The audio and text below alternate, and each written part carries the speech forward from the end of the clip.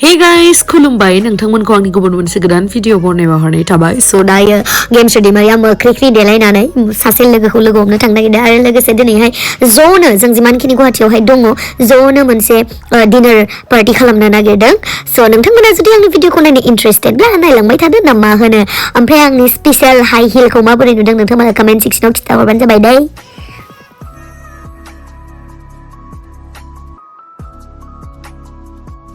ओंखारखांबाय जोङो दायो नानि लोगो सासेबो थांगोन। आंनि मेकआपखौ दिनै माबोरै नुदों नोंथांमोना खोन्थाहरलाय अननानै खिथाहर दे अननानै खिथाहरदो।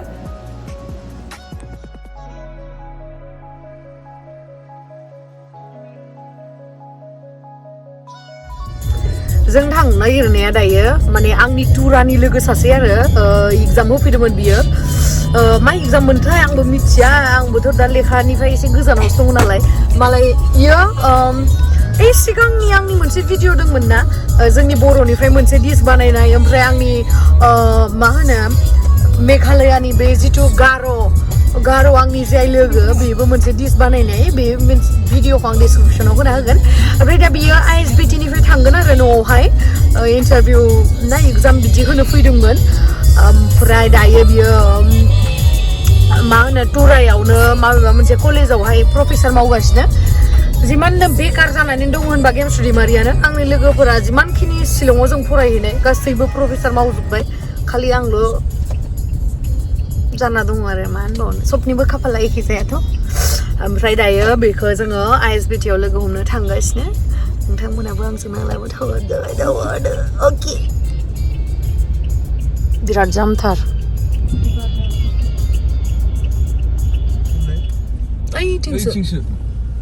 नै दायो जोङो ISBT मोनफैबाय ओमफ्राय मोनहैनाय लोगो लोगो कल खालामनो होगोन आरो इखो आइयो लाखिनांगोन ओइ गेटथिंसो इथिं नङा ओइ मोनसेथिं।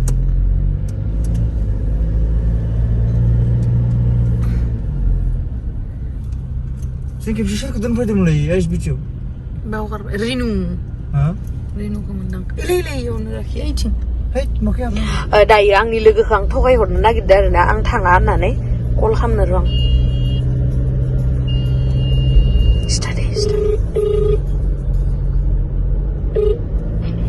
हाँ वेस्टी क्या कर रही हो हाँ मैं सुन रही हूँ क्या कर रही हो। हाँ मैं नहीं जा पाऊंगी ठीक है वो मेरा बॉयफ्रेंड जा रहे हैं हाँ तुमको वो देने के लिए मैं नहीं जा पाऊंगी मेरा वो प्रोड्यूसर आ गया है हाँ मेरा मीटिंग है लेकिन वो जा रहा है तुमको मीट करने के लिए तू अभी वो पहुंचने वाला है सिर्फ 2 मिनट हाँ तुम गेट पर आ जाओ वो जा रहे हैं। क्यों मेरा प्रोड्यूसर आया है मुझे मीट करने के लिए नहीं तो मैं जाती सो सॉरी। वो नहीं मुझे गेट के जाने के लिए क्यों दिखे रही हो मुझे वो गया है। कौन ये तुझे वो देने के लिए तू बहुत भूखी है ना मैं नहीं देख सकती ना तुझे भूखी। मैंने तुमको मिलने के लिए ऐसा बोला था खाने के लिए नहीं वही तो लेकिन खाने से तो जिंदा रहेगा ना नहीं खाने से कैसे जिंदा रहेगा नहीं खाने से नेक्स्ट टाइम कैसे मिल पाऊंगी इसलिए मैं उसको भेज दिया है कुछ खरीद के और मैं वहाँ पे होटल में हूँ अभी मीट कर रही हूँ उसको और वो जा रहे हैं। ठीक है मैं कॉल करती हूँ उसको हाँ वो पहुँचने वाला है तू गेट में आ जाओ। ओके हाँ गेट में आ जाओ हाँ ठीक है उसको मेरा नंबर दे दो। हाँ ठीक है नहीं दूंगी तुम्हारे साथ चक्कर हो गया तो अबे मेरी कॉल कर गया अभी तो देखो मेरी कॉल कर I miss you I don't miss you. क्यों ऐसे बोल रही हो मैंने तुमको मीट करने के लिए ऐसा बोला था मैंने सोचा अगर मैं हंग्री होता तो जरूर आऊंगी बच्ची। ठीक है उसको ही मिल लो हाँ ठीक है हाँ वही मैं ही हूँ हाँ ठीक है हाँ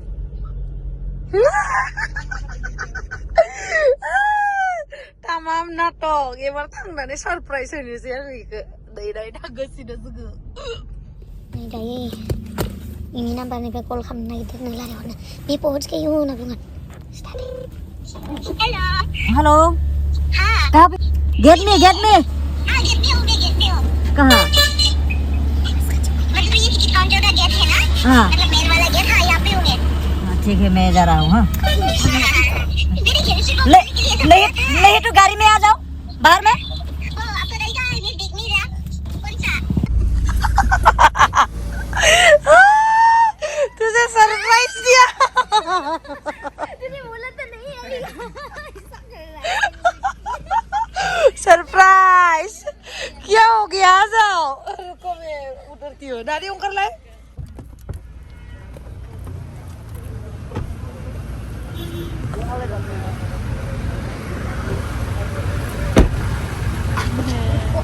किसने बोला तुझे ऐसा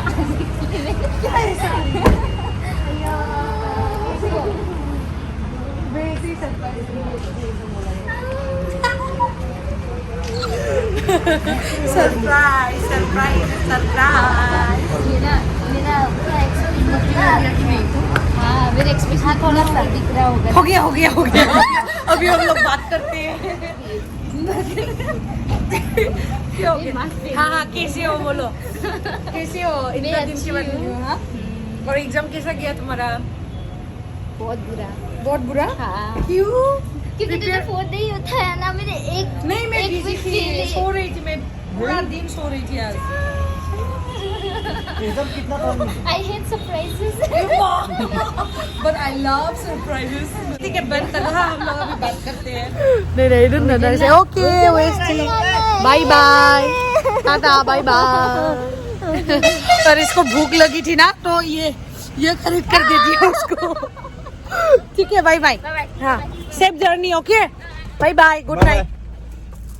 दायो लोगोखौहाय आङो एसबिटियाव दोननानै दायो थांगासिनो जोङो डिनारखौ खालामनो नै लिअ एक्सप'नि आङो भिडिअ होदोंमोन ना ओमफ्राय बियो 22 आवहाय जोबगोन ओमफ्राय आंहा लोगोआ स्लेट एग्जाम होदोंमोननो जादोंमोन खोमा आंबो माबा लानाय जायाखैमोन स्लेट ना मा होनगोनथाय मोजां खोनास्लाबासै आङो ओमफ्राय नै गुवाहाटियावहा बेबायदि अभारब्रिज गंथामसो बानायदो ओमफ्राय खिन्थु बे खानापारानिया बिदि बेम्बुजों बानायनाय गोजा आरो ओमफ्राय ओरैनोथ' बेलेगफोरा बिदिनो पाकानि खिन्थु बियो बेम्बुजों बानायनाय आरो बांसिनानो नै बेफोरबायसा बिराद समायना नुदों ओमफ्राय दिनैनो अपेनिं जादोंमोन आरो बिनि ओमफ्राय जों नै बै हटेलावहाय थांगोन डिनारखौ खालामनो लिलि दिबान्ता मोनसिगोन दायो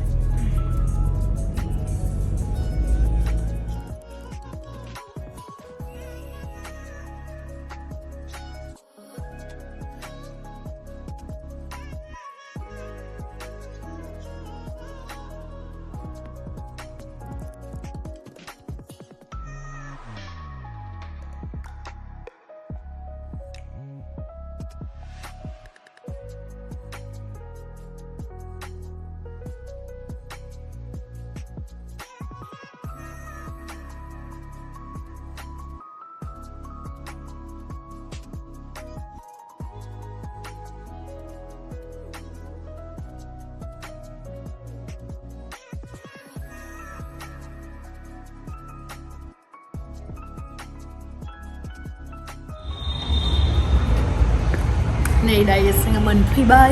मोनफैनानै दायो जोङो हाबनोसै जेबो भेलेन्टाइन्स बिदि स्पेसियेल माबा गैया पुरा उखैबाय जानोसै माला हाबनानै माला अर्डार होनानै माला मोनजागोन बेखौसो नायगासिनो जोङो फैदो बिदिब्ला थांनोसै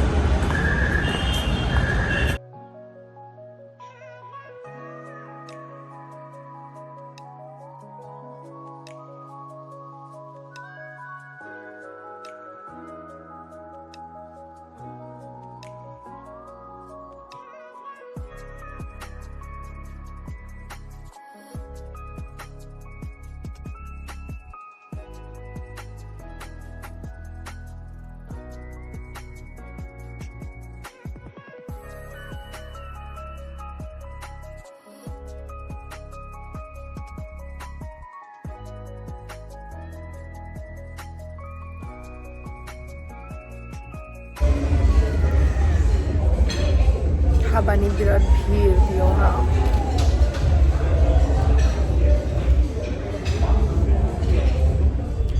दायो जोङो जायालासेनोसो फैफिननो गोनां जाबाय मानो होनना बुंबा नोंथांमोना नुखाबाय हाबा सोलिगासिनो हाबानि थाखायनो पुरा 10 o'clock सिम माने रिजार्भखा ओमफ्राय जोंखौ माने वेट खालामनो होदो आरो ओमफ्राय लिस्ट लादो ओमफ्राय बेयावबो जोंनि लिस्टआ बेसेबां 35 आव होमबा गावनि फैसाजों होनानै जागोन बे जानायखौनो जुदि एसेबां नेथाब जानांगौ आरो जोङो दहै लान्च खालामनायानो सानजौफुआवहाय दायो जों जेबोखौनो जायाखै होमबा एसेबां गोबाव नेबाय थानो हाला होननानैनो जोङो फैबाय आरोना 5 स्टार हटेल जानो हागौ खिन्थु बिसोरो दिनै हाबा दङ एटलिस्ट बिसोरो माबा होना दोननांगौ ना रिजार्भनि माबा साइन बर्ड बा माबा मोनसे होना दोननांगौ जेबो होना दोनाखै ओरैनोसो थांगारबाय जोङो ओंखाम उखैनानै थैनोसै ओंखायनो जों दायो ग्रिनवुडआव थांगासिनो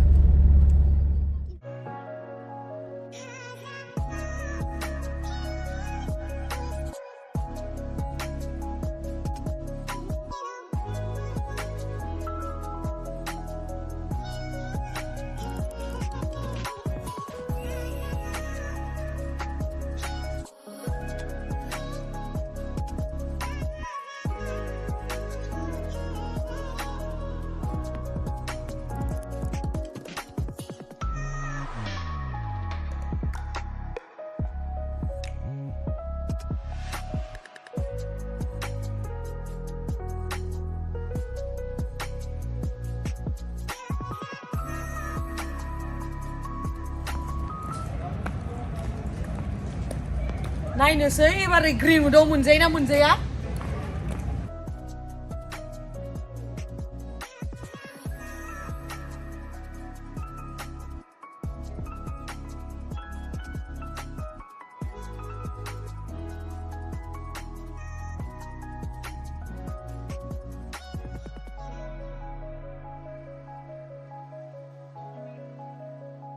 दायो जों रेस्टुरेन्टआव हाबबाय हाबनाय लोगो लोगो ओरैबायदि मोनसे डेक'रेट खालामनानै दोननाय प्लान्टसफोरजों इमान मोजांथार मिरर नुनानै आं थानो हायासै भिडिअ खालामनो बेखायनो आङो भिडिअखौ खालामबाय बिराद मोजांमोन मिररा तामाम हिट आंनोबो नांगौमोन फाइनालि मोनफैमारबाय दिनै दहाय मोनिखौ रागा जोंदोंना सोङाखै नोंलाय मा रागा जोंखादों आङो राइस दैखौ दिनैनि दिनाव रायनो मोना मानो होनबा दिनै मोनसे अनलायलायनायनि मोनसे फेस्टिभेलथ' बिदि नङा जे खालि गोसोथोलायनायनि मोजां मोनलायनायनि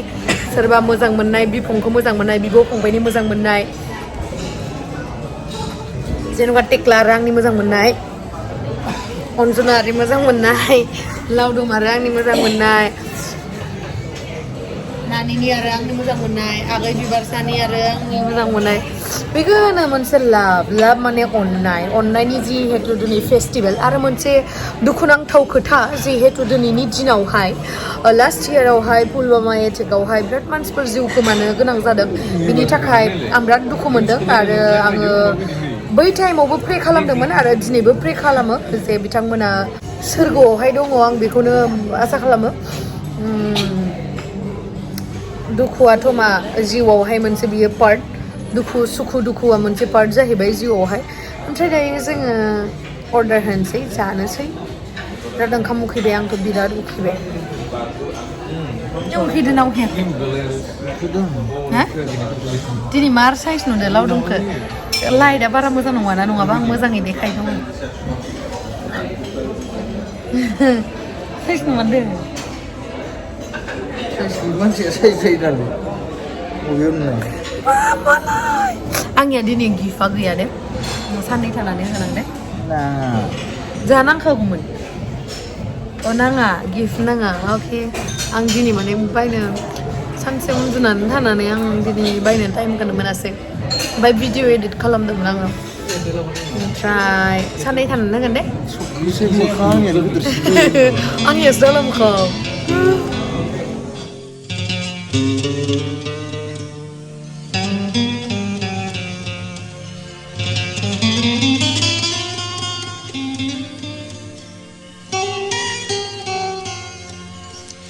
नोंनि महरानो आंनि हायना मुलि हे हे हे हे हे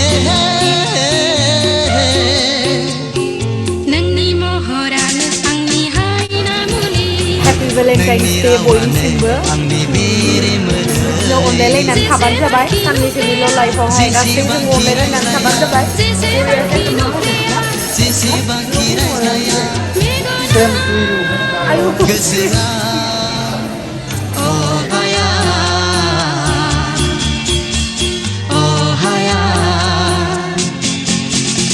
नोंनि महरानो आंनि हायना मुलि नोंनि रावानो आंनि बेरे मोदै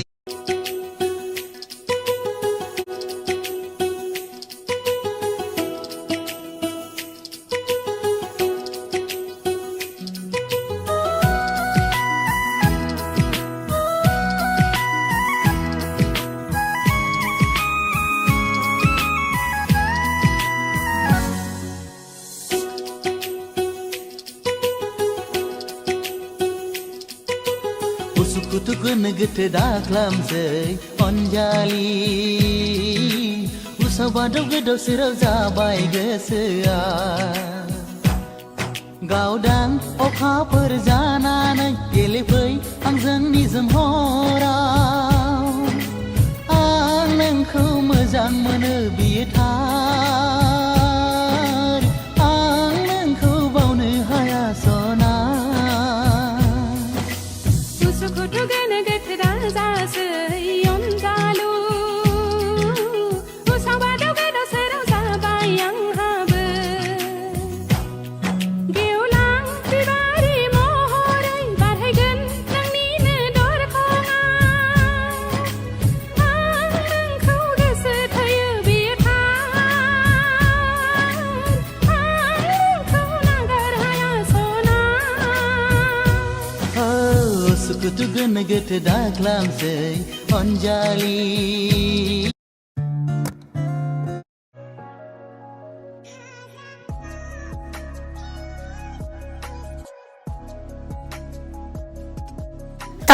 Tamam ukhidोंमोन आयो उखैनानै उदैयानो जालामोन बेखायनो फटाफट जाबाय आरो लावदुमाथ' उदैयानो गेस जाजोबबायमोन उखैनानै ओमफ्राय ओरैबायसा थुसिबाय जोङो ओमफ्राय ना दिनै जेबो बेबायदि भेलेन्टाइन्स डे बेबायदि फाथिनो होननानै जोङो सानाखै जिहेतु दिनै एसे स्पेसियेल डे आरो बेनि थाखाय आरो मा होनो सानडे आरो दिनै जामफोराबो एसे खम जायो बेखायनो जों प्लेनिं खालामबाय मा दिनै संनांला ओंखामखौ न'आवहा जोङो बाहेरावनो जानोसै गासैबो बिदि होननानै ओमफ्राय आगैमोनखौबो सब ओंखारहोजोब्बाय आरो ना ओमफ्राय ज' थांबाय ओमफ्राय लावदुमा आंखौ बुंदो आरो जेबो बिदि प्लेनिं खालामला भेलेन्टाइन्स डे एसे थांनाय बोसोरावबोथ' बिदिनो लकडाउन जाहां जेबो मोजां जाखायासै नोंबो जेबो गिफ्ट बायनाङा दे आंनो ओमफ्राय आंबो जेबो लाया बिदि होनना बुंबाय आरो ओमफ्राय आंबो सानबाय आरो दे होमबालाय लानाङाबालाय आंबो लाया नोंबो लानाङा बिदि सानबाय आङो ओमफ्राय उनावथ' थांनानैथ' हैबाय ओमफ्राय उनाव दा जेबो होनांगौ गैला गावहासो मोनगादो दा आंलाय माथो खालामनो ना आंथ' सानदों इयो हसा खोथा बुंदो होननानै ओमफ्राय आरो नङाबा उनावहा गावा आरो सिरि हैबाय आरो बेनि थाखाय थेंक इउ स' माच आंखौ अननायनि थाखाय आरो इयो मालाबा आंनो दिनै बेबायदि नङा जे स्पेसियेल देखाय होदो माने मालाबा आंनि मुड अफ जाबाथाय मोननायनि थाखाय होयो आरोना बेनि थाखाय थेंक इउ स' माच मोना दायो सोरखौबा लोगो हमनो नागिरदों खोमा आंथ' मिथिला सोरखौ लोगो हमगोन फैसा लाखिला इलायनानै मालाय थालांलायलायदो हनै इदो लोगोदो गावदो टिकला मा थांनो नागिरदो दे जों थांनोसै फाइनालि उदैखौ एकदम थुम मोनजोब्बाय उदैया तामाम गोदोर जाबाय जानानै आं सानदोंमोन आं चिकेन रासियान सालाद जागोन होननानै खिन्थु इयावहा माने दिनै भेलेन्टाइननि स्पेसियेल आइटेम दंमोन नालाय बेलेग आइटेम अर्डार खालामबा जायानो बेखायनो इखौनो जानांबाय उपाय गैया ओमफ्राय गासिबो जाबाय नालाय आंहाबो आरो मा फास्टिं मा डाइटिं ना